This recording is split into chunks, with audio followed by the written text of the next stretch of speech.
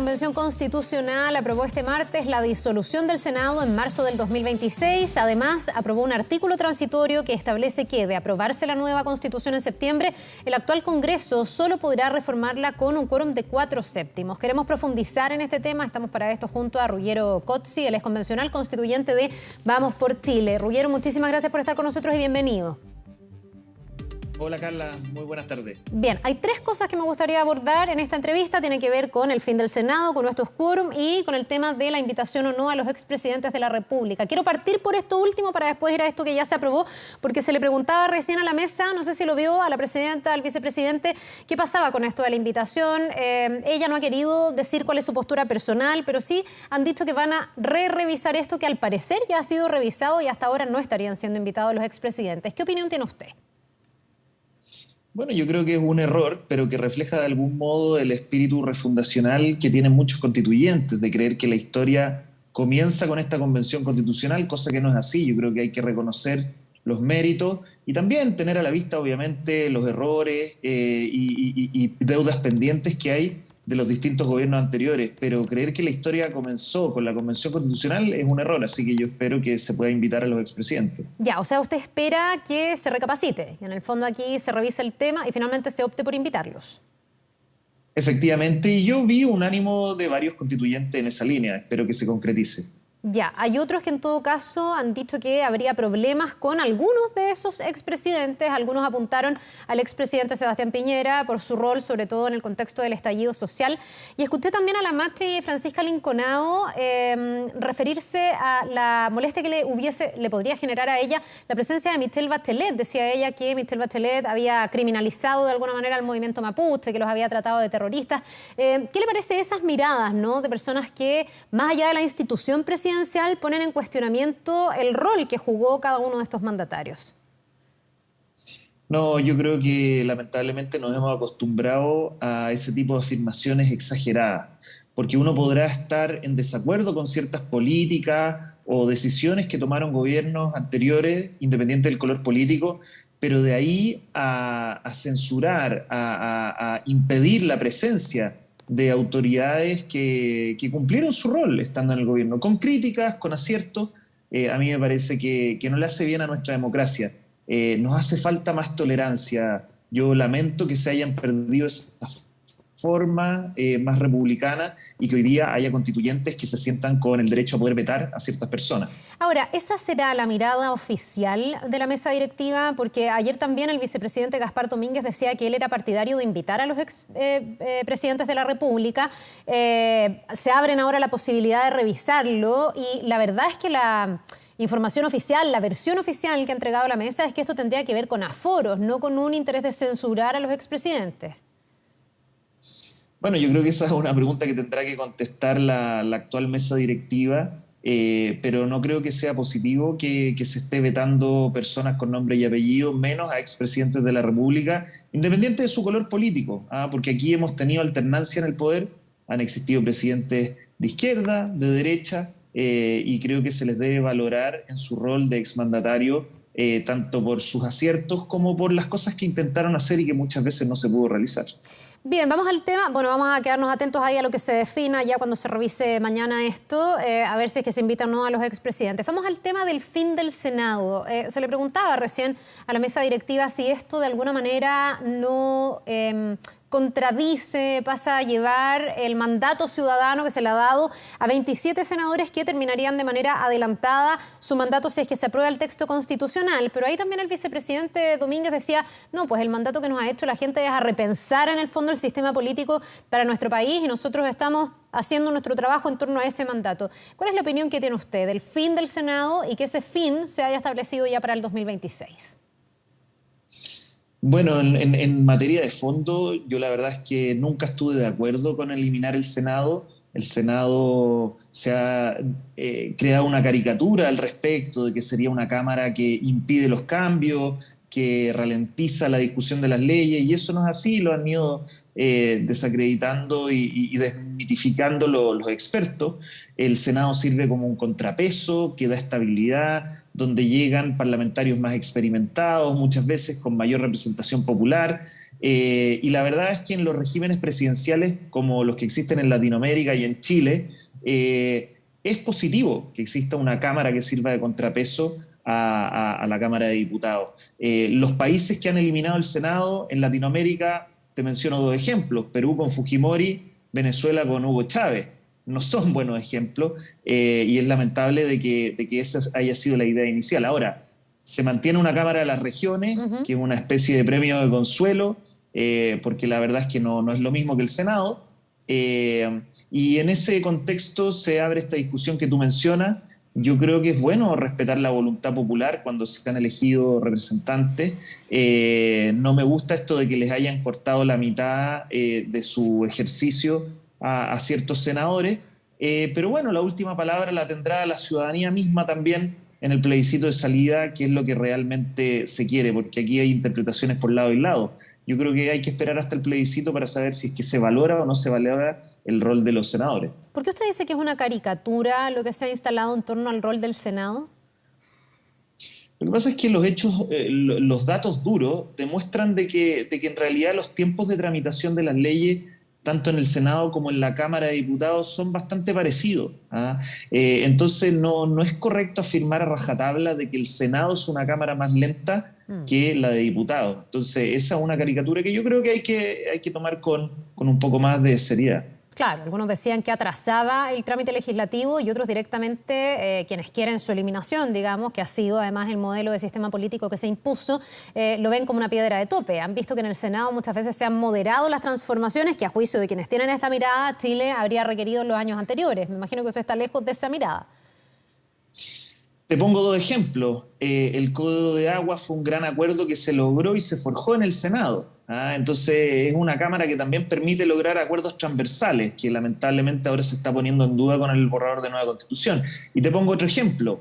Muchas leyes en materia de seguridad ciudadana, que es el tema que hoy día más preocupa a los chilenos y chilenas, están detenidas en la Cámara de Diputados. Entonces yo creo que aquí no se puede generalizar, y hay que mirar las instituciones en su objetivo general, que es, como te digo, tener un Senado que sirva de contrapeso a las mayorías circunstanciales que a veces se reflejan en la Cámara de Diputados. ¿Posibilita la idea de aprobar para reformar, que se ha instalado en algunos, que han reconocido que se le tendría que hacer modificaciones al texto nuevo que se está proponiendo en caso de que gane el apruebo, el quórum que quedó establecido finalmente de 4/7? Antes se estaba discutiendo la posibilidad de 2/3, ahí se dijo que eso era un cerrojo. Se baja ese quórum para que el Congreso que vaya a estar vigente pueda hacer estos cambios, pero con estos 4/7 y con algunas materias que tendrían que pasar por un referéndum. Se le tendría que preguntar también a las personas, ¿para usted es un cerrojo o efectivamente, si es que gana el apruebo, se le van a poder hacer cambios al texto constitucional? Aquí hay que partir de la base de que, de manera justa, me parece, se criticó mucho la actual Constitución porque tenía estos llamados cerrojos, que son un quórum de 3/5 y de 2/3 para los capítulos más importantes para reformar la Constitución. Y resulta que ahora todos aquellos quienes levantaban esa crítica, se les olvidó esa crítica. Hay un problema de coherencia porque en el borrador de nueva Constitución se establece como quórum de regla general los 4/7, que no tiene mucha diferencia con los 3/5. En la Cámara de Diputados son apenas 5 parlamentarios de diferencia. Pero además con yo le llamo un verdadero candado, donde los temas más importantes van a requerir un referéndum obligatorio o 2/3, es decir, muy parecido a lo que tenemos actualmente, e incluso para algunos expertos los referéndums son aún más rígidos que los 2/3. Entonces, y es la opinión, por ejemplo, de Gonzalo García, que en una entrevista en La Tercera él decía: el mecanismo es sumamente rígido. Entonces los cambios se dificultan y por eso yo creo que llamar a aprobar para reformar es un poco engañoso. No va a ser tan fácil como llegar y reformar este borrador de nueva Constitución si se aprueba. Además de que hay razones políticas para creer que eso sea difícil, porque la verdad es que si se aprueba este borrador de nueva Constitución, políticamente van a haber vencedores y derrotados. Yo creo que los vencedores van a ser el octubrismo, quienes han justificado la violencia, quienes han estado en esta lógica refundacional, y los derrotados van a ser los moderados. Esa es la verdad, ese es mi punto de vista, y por lo tanto yo creo que no va a ser tan sencillo reformar las múltiples críticas que se han levantado, porque es curioso.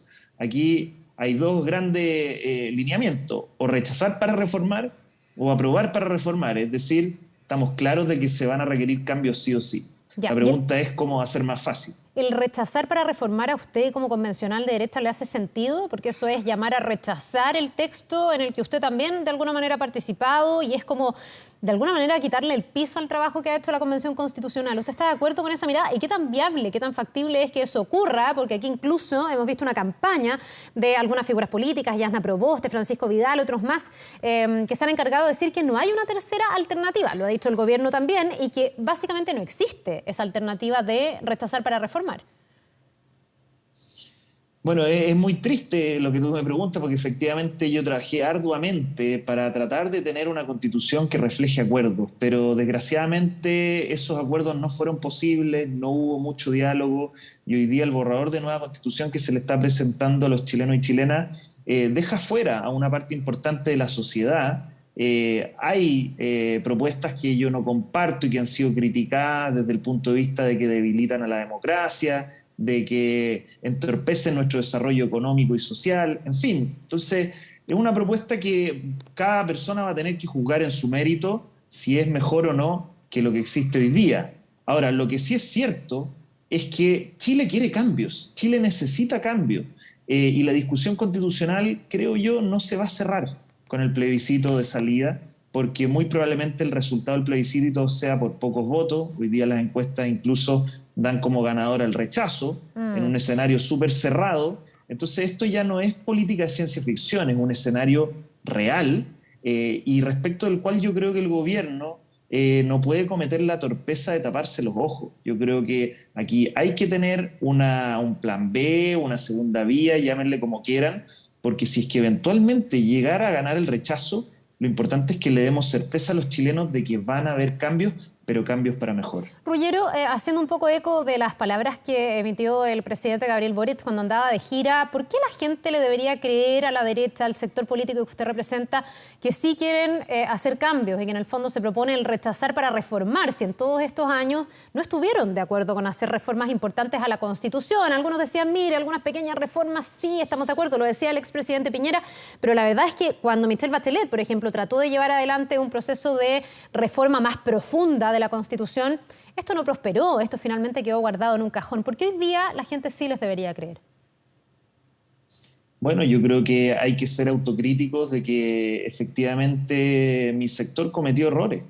Cometió errores al no identificar el malestar que existe en Chile, que sigue existiendo, y no abrirse a mayores cambios. Yo eso soy súper autocrítico, pero sí te diría que después del resultado del plebiscito de entrada y sobre todo después de la elección de los constituyentes, la derecha entró en un proceso de reflexión profunda. Y si tú miras la conducta que tuvimos, al menos desde mi bancada, en Renovación Nacional, Evópoli, fuimos propositivos, fuimos mucho más allá de lo que habíamos estado acostumbrados históricamente, intentamos ceder en muchas de nuestras posiciones, pero desgraciadamente eso no fue escuchado ni acogido en la Convención Constitucional. Entonces yo le diría a la gente, sí, es verdad, tenemos que hacer la autocrítica, pero ojalá miren esa derecha que estuvo en la convención, que trató de aportar con acuerdos y con diálogo, y que hoy día, desde la cúpula de los partidos políticos de Chile Vamos, están tratando de dar las mayores señales posibles de que vamos a estar disponibles para los cambios y de que eso se va a intentar de reflejar desde ya. Bien, pues vamos a ver ahí cómo se van dando las propuestas, porque además aquí todos dicen que, no todos dicen, pero algunos dicen apruebo, otros dicen rechazo, pero los que dicen para reformar, todavía no queda demasiado claro qué es lo que cada uno quisiera reformar. Los que van a aprobar, pero con reparos, cuáles son los reparos, y los que van a rechazar, pero quieren cambios, cuáles son los cambios que quieren. Así que ahí también me imagino que hay un espacio todavía para profundizar esa discusión de cara a la decisión que va a tener que tomar cada persona que nos ve y las que no nos ven a esta hora para el 4 de septiembre. Ruggiero Cozzi, convencional constituyente de Vamos por Chile, muchas gracias por habernos acompañado esta mañana. Que le vaya muy bien. Chao, Carola, que estés bien. Nos vemos.